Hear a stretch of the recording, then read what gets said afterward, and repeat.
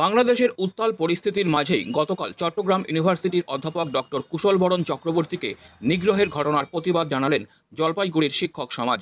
আজ জলপাইগুড়ির আনন্দচন্দ্র কলেজের অধ্যাপক অধ্যাপিকারা কালো ব্যাজ পরিধান করে এই প্রতিবাদে সামিল হলেন। এ প্রসঙ্গে আনন্দচন্দ্র কলেজের অধ্যক্ষ ডক্টর দেবাশিস দাস বলেন, গতকাল বাংলাদেশের চট্টগ্রাম ইউনিভার্সিটির অধ্যাপক ডক্টর কুশলবরণ চক্রবর্তীকে যেভাবে নিগ্রহের শিকার হতে হয়েছে তাতে আমরা মর্মাহত। আমরা আনন্দচন্দ্র কলেজের শিক্ষক সংস্থার পক্ষ থেকে এই ঘটনার তীব্র প্রতিবাদ করছি। সেই সঙ্গে যাতে বাংলাদেশে দ্রুত স্বাভাবিক পরিস্থিতি ফিরে আসে এবং দুই দেশের মধ্যে শান্তি ও সম্প্রীতি বজায় থাকে সেই আশা রাখছি।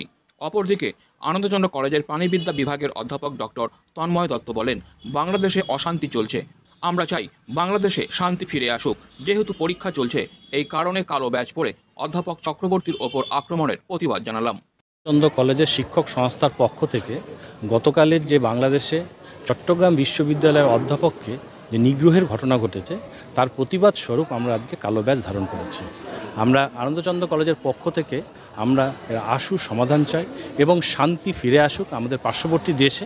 আমরা চাই তার জন্য যে উপযুক্ত ব্যবস্থা প্রয়োজন তা যেন অবিলম্বে নেওয়া হয়। এখন এই জন্য গভর্নমেন্ট অফ ওয়েস্ট বেঙ্গল আছে, নিশ্চয়ই তারা এই বিষয়ে ভাবছে।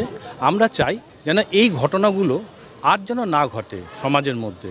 আমরা সবাই একসাথে আগেও যেরকম ছিলাম সেভাবেও আমরা থাকতে চাই। সেই সম্প্রীতিটা যেন আমাদের মধ্যে বজায় থাকে, শান্তি যেন আমাদের মধ্যে বজায় থাকে। একটা ভিডিও দেখা গেছে যেটা বাংলাদেশের কলেজের গেটে ভারতের পতাকা মাটিতে ফেলে রেখে তার উপর দিয়ে যা করছে ছাত্ররা, এটা কীভাবে দেখছেন?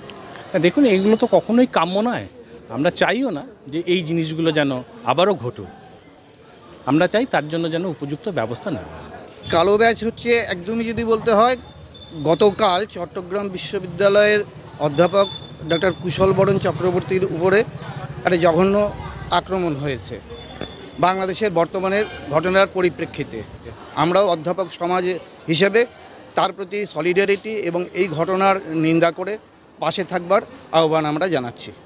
ভারত সরকার এখনও অবধি উপযুক্ত পদক্ষেপ নিচ্ছে বলেই আমাদের মনে হয় এবং এটাকে বিচ্ছিন্নভাবে না দেখে যেন আরও যথাযথ পদক্ষেপ নেয় আন্তর্জাতিক সমস্ত আইন কানুন মেনে, এবং যাতে আমাদের দেশের মধ্যে সবার সঙ্গে সবার সম্প্রীতিটা সঠিক বজায় থাকে সেই দিকে নজর রেখে উপযুক্ত পদক্ষেপের আমরা আশা করছি।